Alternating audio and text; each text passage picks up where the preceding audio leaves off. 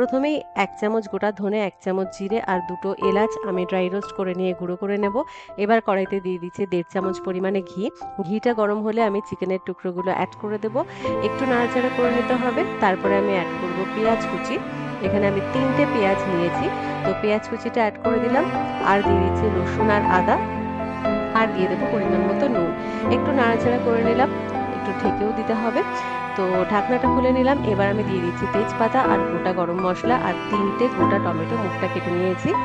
তো এখানে আমি নিয়ে নিয়েছি ড্রাই রেড চিলি আর কাশ্মীরি রেড চিলি রঙের জন্য। আর একটা কাঁচা লঙ্কা দিয়ে দিচ্ছি। আর দিয়ে দিচ্ছি কয়েক টুকরো আলু। এবার যে মশলাটা তৈরি করেছিলাম সেখান থেকে 1.5 চামচ পরিমাণ আমি দিয়ে দিলাম। আর দিয়ে দিচ্ছি পরিমাণ মতো জল। চিকেনটা সিদ্ধ হবে, ঢাকা দিয়ে দেবো। এবার যখন টমেটোটা সিদ্ধ হবে তখন টমেটো আর রেড চিলি আর কাশ্মীরি রেড চিলিটা আমি তুলে নেব।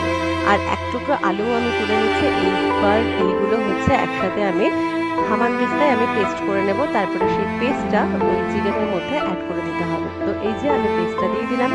এবার ভালো করে নাড়িয়ে চাড়িয়ে নিতে হবে। ইন দ্য মিন টাইম চিকেনটাও সিদ্ধ হয়ে আসবে।